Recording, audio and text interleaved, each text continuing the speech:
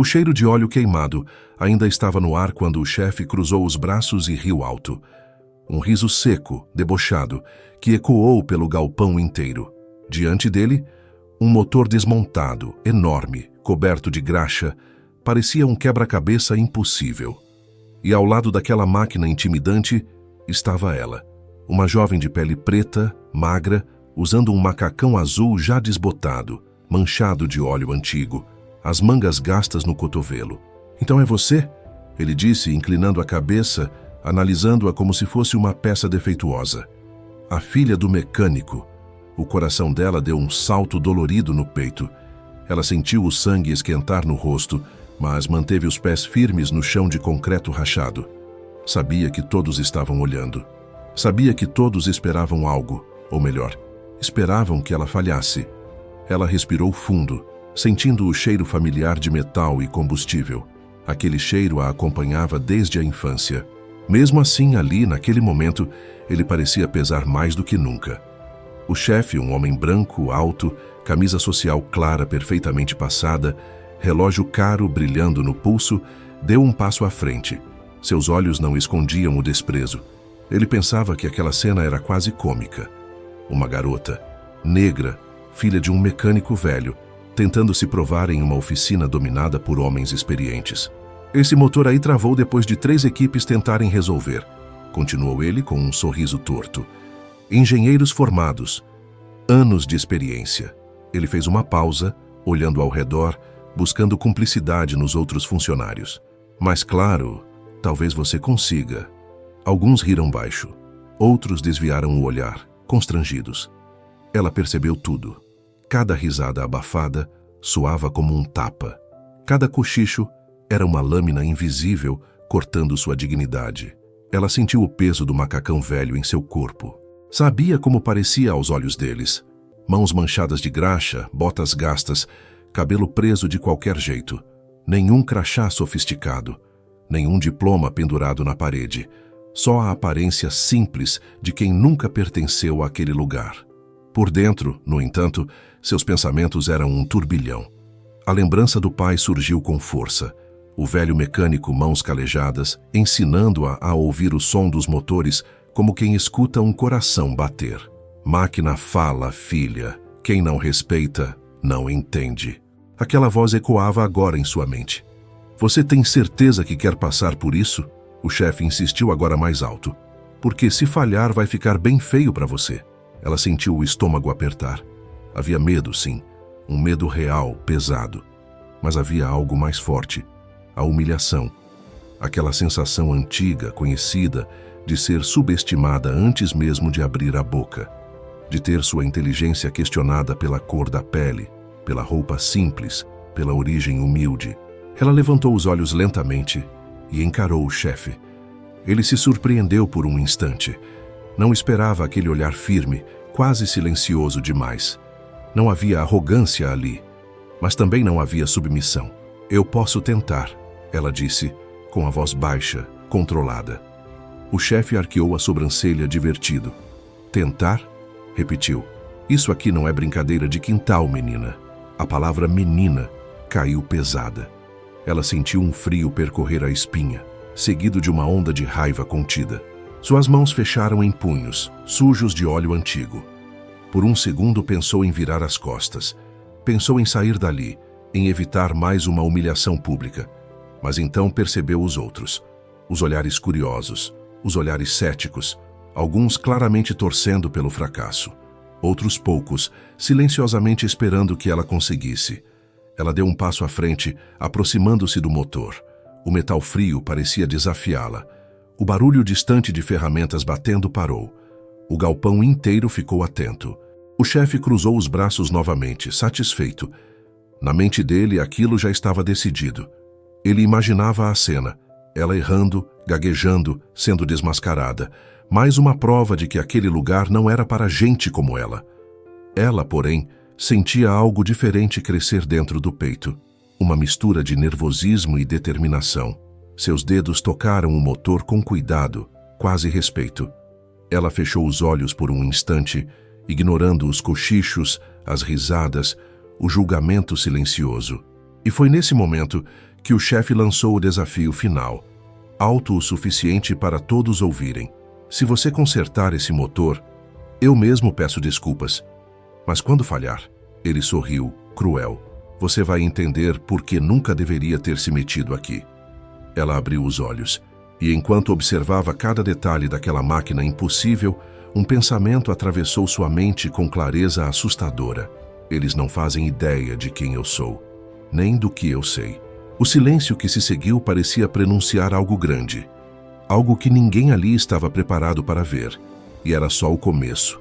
O primeiro som que ela ouviu não foi o motor, foi a risada. Uma risada curta, irônica, vinda do fundo do galpão. Depois outra, e mais uma. O chefe percebeu imediatamente que tinha plateia. Aquilo inflou seu peito. Ele adorava quando o poder era público. Vocês estão vendo isso? Disse ele, erguendo a voz. A garota acha que vai resolver o que 3 equipes falharam. Ela sentiu o calor subir pelo pescoço. Não desviou o olhar do motor, mas cada palavra entrava como um prego. Suas mãos começaram a tremer levemente, não de insegurança técnica, mas da pressão esmagadora de ser observada, julgada, diminuída. Um dos funcionários mais antigos, um homem branco de barba rala e uniforme limpo demais para uma oficina, se aproximou lentamente. Chefe, disse, num tom falsamente preocupado. Isso não é perigoso? Se ela estragar mais o motor, o prejuízo vai ser grande. Ela ouviu, sentiu o estômago embrulhar. Pensou no pai de novo. Pensou em como ele sempre dizia que respeito não se pedia, se demonstrava. Mesmo assim, a sensação era de estar sozinha contra todos. O chefe sorriu ainda mais. Você tem razão. Ele virou-se para ela. Talvez isso seja grande demais para você. Ela engoliu em seco. O ar parecia mais pesado. Mesmo assim, respondeu. Eu ainda nem comecei. Aquilo foi o estopim. Chega. O chefe bateu palmas uma vez. Não vou deixar uma experiência social virar prejuízo. Ele puxou o rádio preso ao cinto. Chama o gerente da planta. Agora. O som do rádio chiando cortou o silêncio. Ela sentiu o coração acelerar. O desafio não era mais técnico. Agora era institucional, formal, oficial. Era o tipo de movimento que encerrava carreiras antes mesmo de começarem. Enquanto esperavam, mais pessoas se aproximaram. Funcionários de setores administrativos, roupas limpas, camisas claras. Alguns cruzavam os braços, outros cochichavam sem disfarçar. Ela é aprendiz? Perguntou uma mulher, olhando de cima a baixo. Filha de mecânico, respondeu outro com desprezo. Tá explicado. Ela sentiu como se cada frase arrancasse um pedaço de sua dignidade. A pele preta parecia ainda mais exposta sob aquelas luzes brancas. O macacão velho agora parecia um uniforme de exclusão. O gerente chegou rápido. Um homem branco, mais velho, postura rígida, óculos caros. Olhou a cena como quem analisa um problema menor. O que está acontecendo aqui? O chefe foi rápido. Ela insistiu em mexer no motor defeituoso. Sem autorização, sem formação. Ela abriu a boca para falar, mas o gerente levantou a mão, silenciando-a sem sequer olhar em sua direção. Isso é verdade? Ela sentiu a garganta fechar. Pensou em gritar. Pensou em explicar. Mas algo a fez esperar. Ela apenas respondeu. Eu só aceitei o desafio que me foi feito. O gerente franziu o senho, desconfiado. Olhou para o chefe, depois para ela. Seu olhar parou nos detalhes. Pele, roupa, mãos sujas. O julgamento foi instantâneo. Você entende o risco disso? Antes que ela respondesse, o chefe completou. Se der errado, podemos até chamar a polícia. Isso é patrimônio caro. A palavra polícia caiu como um trovão. Ela sentiu um frio profundo percorrer a espinha. Não era só medo. Era memória coletiva. Era a consciência pesada de como situações assim nunca terminavam bem para pessoas como ela. Alguns funcionários assentiram, outros recuaram um pouco, como se ela fosse o problema. Talvez seja melhor você sair, disse alguém, em tom baixo, mais audível. Ela respirou fundo. Seu peito subia e descia rápido. Sentia os olhos arderem, mas se recusou a chorar. Não ali, não daquele jeito. O gerente deu a ordem. Segurança. 2 homens surgiram da lateral do galpão. Altos, uniformes pretos, expressões neutras demais. Eles se aproximaram um de cada lado sem tocá-la ainda, mas próximos o suficiente para que ela sentisse a ameaça. O chefe observava tudo com satisfação silenciosa. Na mente dele, aquilo já era vitória. Ela estava encurralada, exposta, prestes a ser retirada como um erro inconveniente. Ela olhou novamente para o motor. Sentiu algo mudar dentro dela. Não era mais apenas provar capacidade, era resistir. Era não ser apagada. Eu só preciso de alguns minutos, disse. A voz firme apesar do caos interno. O gerente hesitou por um segundo apenas. Última chance, disse, mas sob supervisão. O chefe sorriu. Os seguranças não se afastaram. Ela se aproximou do motor, sentindo o peso de dezenas de olhares queimando suas costas. Cada gesto agora seria observado. Qualquer erro, amplificado. E enquanto ela colocava as mãos na máquina, um pensamento martelava em sua mente, assustador e claro. Se eu falhar agora, não vão me deixar tentar nunca mais. O ar ficou denso. O galpão em silêncio absoluto. E a queda parecia mais próxima do que nunca. O primeiro erro não foi técnico, foi humano. As mãos dela estavam firmes quando tocaram o motor, mas o silêncio pesado ao redor começou a esmagar seus pensamentos. Cada olhar parecia um peso extra sobre seus ombros. Ela sentia a presença dos seguranças como uma sombra constante, pronta para avançar ao menor sinal de desobediência. Ela inclinou a cabeça ouvindo. Sempre fazia isso. Fechava os olhos e escutava o motor como quem escuta uma respiração irregular. Mas dessa vez, o chefe pigarreou alto demais. Um som proposital, uma interrupção calculada.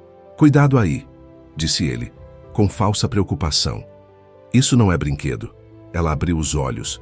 O ritmo interno que começava a se formar se quebrou.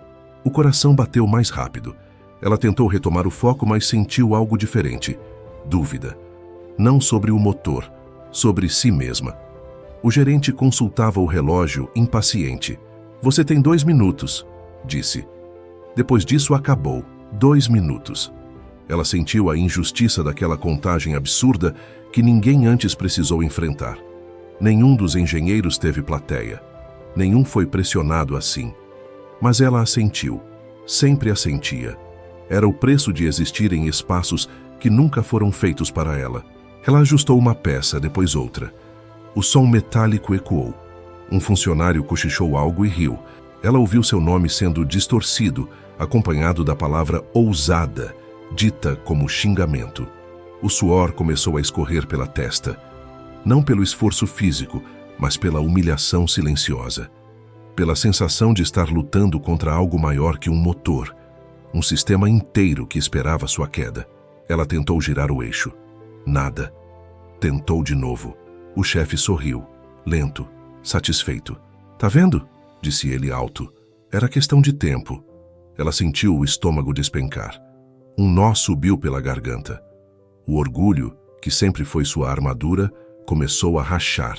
Ela sabia que precisava de mais tempo. Sabia exatamente o que fazer.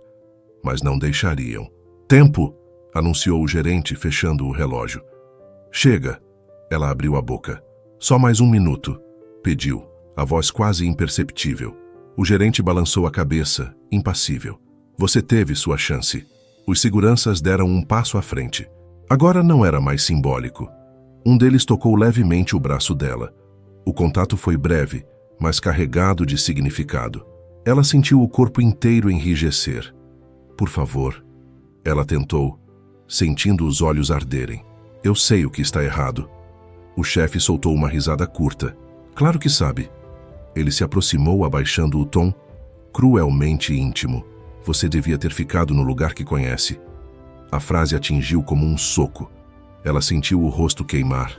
O mundo pareceu encolher. Tudo o que ela queria dizer ficou preso. Pensou no pai. Pensou em cada madrugada passada na oficina simples, aprendendo, errando, tentando de novo. Pensou em como aquele conhecimento agora estava sendo descartado como lixo. Os seguranças começaram a conduzi-la para fora do galpão. Não com violência explícita, mas com aquela força educada que não permite resistência. Cada passo era uma derrota pública. Ela ouviu comentários enquanto passava. Era óbvio. Isso não é lugar para ela. Tentou demais. Cada frase feria mais do que a anterior. Ao atravessar a porta, o ar externo bateu no rosto dela como um choque. O barulho da fábrica ficou para trás. O silêncio agora era outro tipo de dor, mais profundo. Ela parou do lado de fora, sozinha. O macacão sujo, as mãos tremendo, o peito apertado como se algo tivesse sido arrancado de dentro dela. Ela queria gritar, queria chorar, mas o que veio primeiro foi a vergonha. Não por não saber, mas por terem conseguido fazê-la duvidar de si mesma, nem que fosse por um segundo. Ela abaixou a cabeça. O orgulho estava ferido. Não destruído, ferido. E isso doía mais. Foi então que ela ouviu uma voz atrás de si, baixa, cautelosa. Eles não fazem ideia do que acabaram de perder. Ela se virou lentamente. E naquele instante, algo mudou. Porque aquela derrota não era o fim. Era o silêncio antes da virada. A voz que ela ouviu não vinha carregada de piedade. Vinha carregada de urgência. Espera. Ela se virou devagar. O orgulho ainda doía como um músculo rasgado. Diante dela estava um homem que ela não conhecia bem. Branco, cabelos grisalhos, uniforme diferente dos demais. Não usava o crachá comum da fábrica. O olhar dele não era de julgamento. Era de reconhecimento contido. Você é a filha do Elias, não é? Perguntou em tom baixo. O nome do pai caiu como um peso e um conforto ao mesmo tempo. Ela sentiu o peito apertar. Sou, respondeu desconfiada. Ele respirou fundo, como quem toma uma decisão difícil. Eu sabia. Ela franziu a testa. Sabia o quê? Ele olhou para trás, para a porta do galpão, certificando-se de que ninguém escutava. Que isso ia acontecer. Ela soltou um riso amargo. Então devia ter avisado. Eu tentei, respondeu ele, mas ninguém escuta quem não quer ouvir. Ela cruzou os braços, sentindo o frio agora que a adrenalina começava a baixar. Não importa, disse. Já acabou. O homem balançou a cabeça, devagar. Não acabou. Só começou do jeito errado. Ele se aproximou um pouco mais. Você sabe que motor é aquele, não sabe? Ela respirou fundo. Sabia. Desde o primeiro olhar. Um protótipo híbrido antigo, respondeu. Nunca passou da fase de testes porque ninguém conseguiu resolver a falha estrutural. Os olhos dele se arregalaram, involuntariamente. Eles acham que é falha elétrica, continuou ela, agora com a voz mais firme. Mas não é. É desalinhamento térmico no eixo secundário. Só aparece depois de horas de uso. O homem engoliu seco. Só 3 pessoas no país chegaram a essa conclusão, murmurou. E uma delas foi seu pai. O silêncio entre eles ficou denso. Meu pai morreu tentando avisar isso, disse ela, sentindo a garganta fechar. Ninguém ouviu. Disseram que ele era só um mecânico velho. O homem fechou os olhos por um instante, como se carregasse culpa antiga. Eu era engenheiro júnior na época, confessou. Vi o relatório dele ser arquivado, ignorado. Ela sentiu uma mistura de dor e fúria, mas algo mais surgia, clareza. Então você sabe que eu posso consertar, disse. Ele assentiu. Se te deixarem. Ela soltou um riso sem humor. Eles não vão. O homem respirou fundo, depois falou algo que fez o mundo dela parar. Você não é só a filha do mecânico. Ela levantou o olhar. Você é a única pessoa viva que completou o método de correção que seu pai começou. O coração dela disparou. Como você sabe disso? Ele tirou do bolso um tablet antigo, protegido por uma capa gasta. Abriu um arquivo. Diagramas, anotações, caligrafia conhecida. A mão dela começou a tremer. Esses cálculos, sussurrou, foram enviados anonimamente há 3 anos, ela explicou ele, direto para o conselho da matriz. Ela sentiu o chão sumir sob seus pés. Fui eu, disse quase sem voz. Mas ninguém respondeu. Responderam, corrigiu ele. Só não sabiam quem você era. Ela sentiu o orgulho ferido se transformar em algo mais sólido. Algo perigoso. O que você quer dizer? Ele endireitou a postura. Que esse motor pertence a um projeto financiado por uma fundação privada. Ela prendeu a respiração. Uma fundação que você dirige. O silêncio explodiu dentro dela. Eu dirijo desde que herdou as ações do seu pai, disse ele. Ele nunca foi só um mecânico. As palavras ecoaram como um trovão tardio. E hoje, que continuou o homem, essa fundação é a maior investidora silenciosa desta planta. Ela fechou os olhos. Sentiu o peso da revelação. Não como vaidade, mas como justiça tardia. Eles me expulsaram, disse. Ameaçaram chamar a polícia. O homem cerrou os dentes. Então agora você entra de volta, não como funcionária. Ela abriu os olhos. Como o quê? Ele respondeu sem hesitar. Como dona do problema que eles não conseguem resolver. Ele se virou e começou a caminhar em direção ao galpão. Se você quiser, disse por cima do ombro, eu faço a apresentação. Ela ficou parada por um segundo, o macacão velho ainda sujo, as mãos ainda manchadas de óleo, a dor ainda viva. Mas agora havia algo diferente dentro dela. Ela endireitou os ombros. Caminhou. Quando as portas do galpão se abriram novamente, as conversas cessaram. O chefe virou-se, irritado. O que está acontecendo agora? O homem grisalho falou antes que ela dissesse qualquer coisa. Precisamos retomar o teste, imediatamente. O chefe riu, incrédulo. Com ela? O homem o encarou, sério. Com a pessoa que paga por este motor existir. O sorriso do chefe começou a desaparecer. E naquele exato momento, a balança começou a mudar de lado. O silêncio que caiu sobre o galpão não foi comum. Foi denso, espesso, quase físico. O chefe permaneceu parado por um segundo a mais do que o normal, como se o cérebro dele tivesse travado antes do corpo entender. O sorriso torto ainda estava preso no rosto, mas já não combinava com os olhos. Os olhos começaram a piscar rápido demais, um tique nervoso. Como é que é? Ele perguntou, mas a voz saiu mais fina do que pretendia. O homem grisalho não repetiu, apenas virou levemente o corpo, abrindo espaço. E então ela entrou. O mesmo macacão azul gasto, as mesmas botas velhas, as mãos ainda sujas de óleo. Nada nela havia mudado, exceto a postura. As costas estavam retas, o olhar firme. Ela caminhou devagar, cada passo ecoando no chão de concreto como um aviso silencioso. O chefe sentiu a boca secar. Ele engoliu em seco. O pomo de Adão subiu e desceu visivelmente. Isso é alguma piada?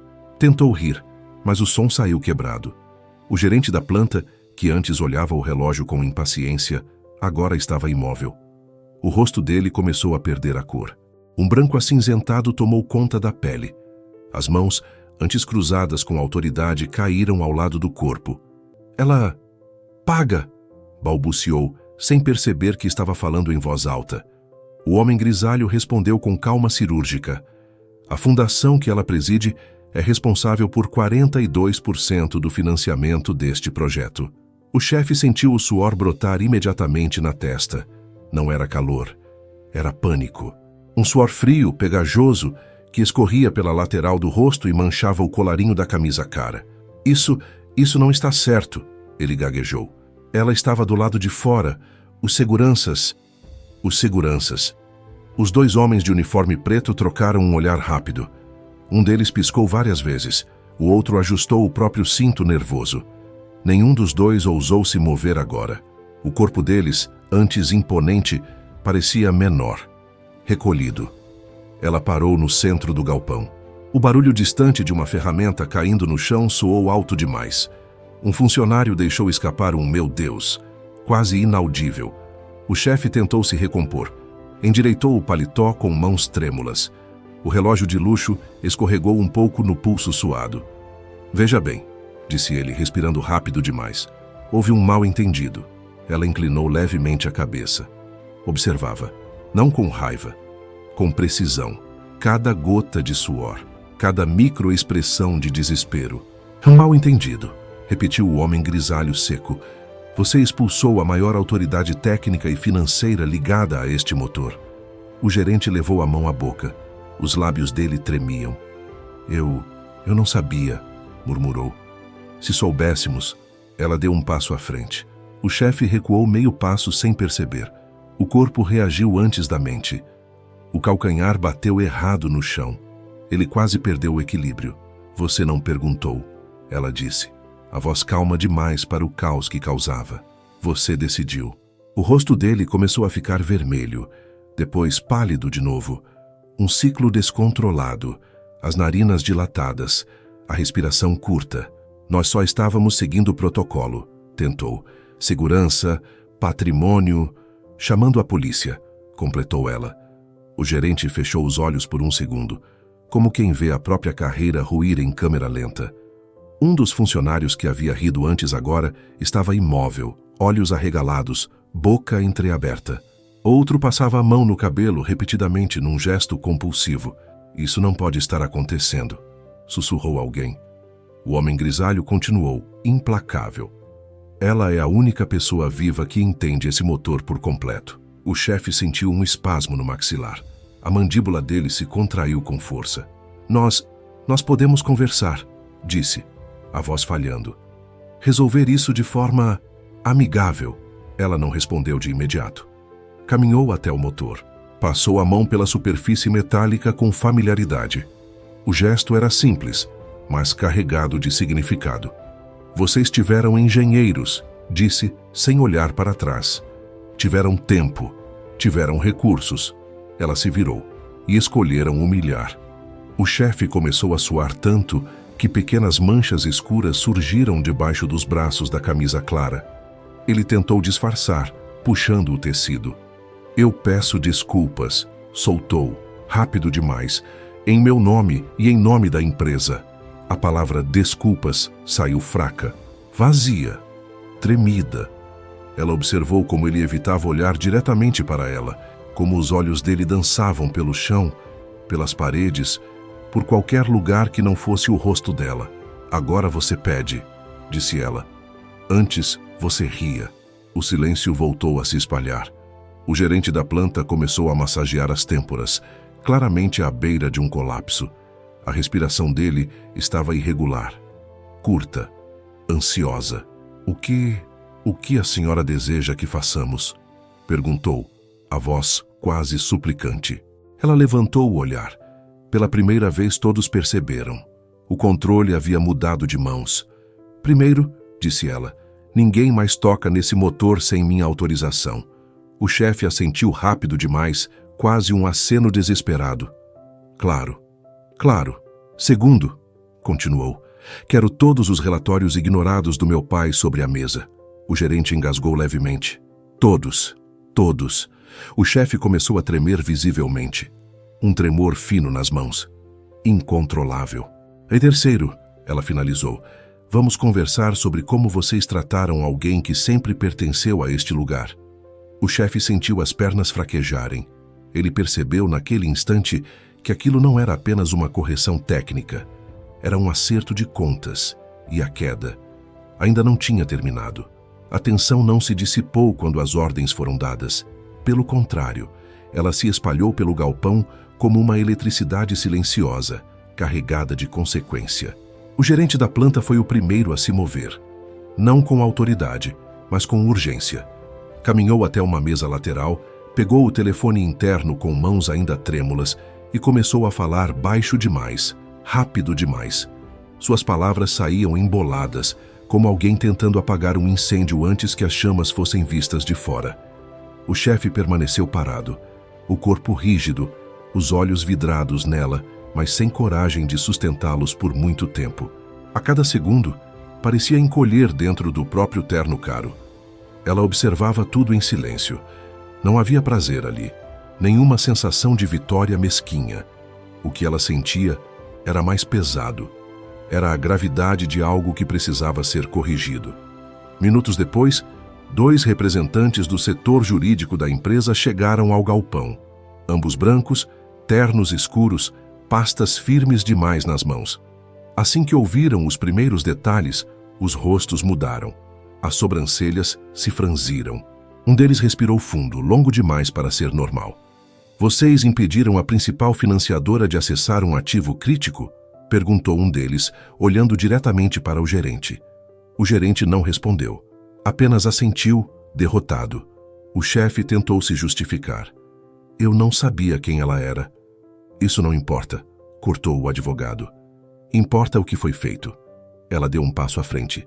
Ninguém aqui está sendo julgado por não saber meu nome, disse com calma. Estão sendo responsabilizados por como trataram alguém que vocês julgaram menor. O chefe engoliu seco. A palavra menor pareceu doer mais do que qualquer acusação formal. Os seguranças foram chamados a se retirar da área. Desta vez, obedeceram sem questionar. Um deles evitava olhar para ela. O outro mantinha os olhos baixos, os ombros caídos.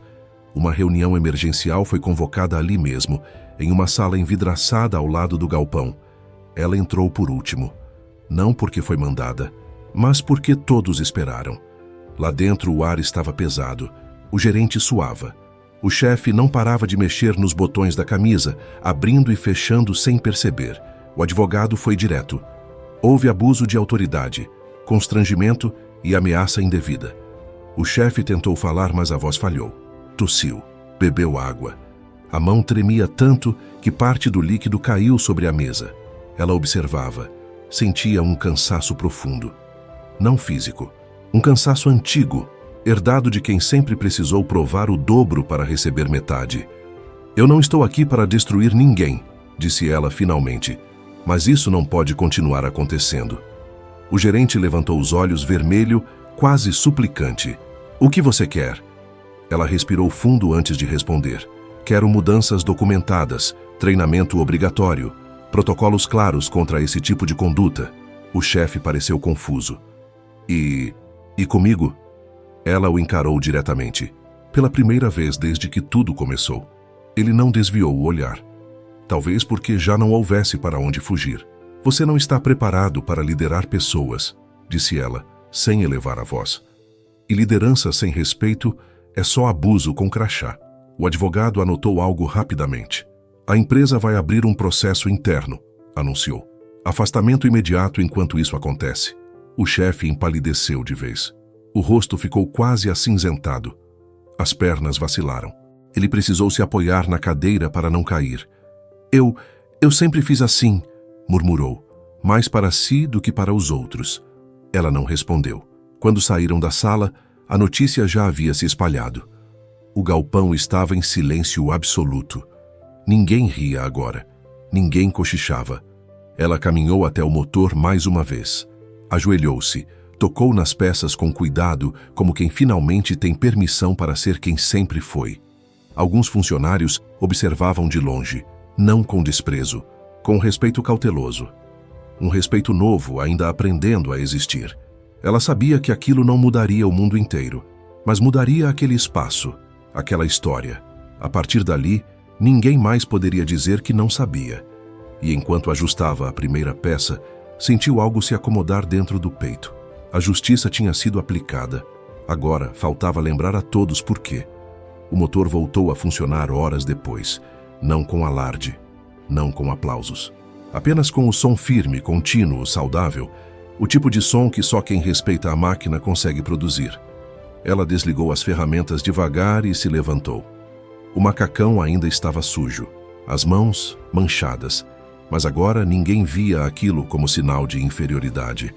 O galpão inteiro parecia diferente, mais silencioso, mais atento, como se todos estivessem reaprendendo a olhar. Ela caminhou até a porta e parou por um instante. Sentiu o peso do dia finalmente descer sobre os ombros.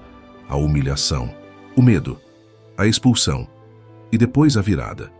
Não como vingança, mas como correção. Na mente dela, a imagem do pai voltou com força. Ele sorria daquele jeito cansado, orgulhoso, como quem sempre soube que a verdade demora, mas chega. Ela sentiu os olhos marejarem, mas não deixou a lágrima cair. Aquela vitória não era sobre provar valor, era sobre nunca ter deixado de tê-lo. Ela se virou para o grupo de funcionários reunidos à distância. Eu não estou aqui para ser exceção, disse a voz firme, ecoando pelo espaço. Estou aqui para que ninguém mais precise passar pelo que eu passei para ser ouvido. Ninguém respondeu, mas muitos abaixaram a cabeça. Outros assentiram em silêncio. Ela continuou.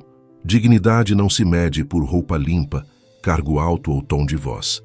Dignidade é reconhecer humanidade antes de julgar competência. O silêncio agora era diferente. Era reflexão. Quando vocês olharem para alguém e acharem que ela não pertence, ela fez uma pausa. Perguntem-se se o problema está na pessoa ou no olhar. Ela deu mais alguns passos, parou novamente e concluiu: porque respeito não é favor, é obrigação. Do lado de fora, o céu começava a mudar de cor. Um novo turno começaria em breve. E com ele, a chance de fazer diferente. A história dela não terminou ali, mas aquela lição ficou. E agora, fica a pergunta para você que ouviu até aqui. Quantas vezes alguém foi julgado antes mesmo de ter a chance de falar?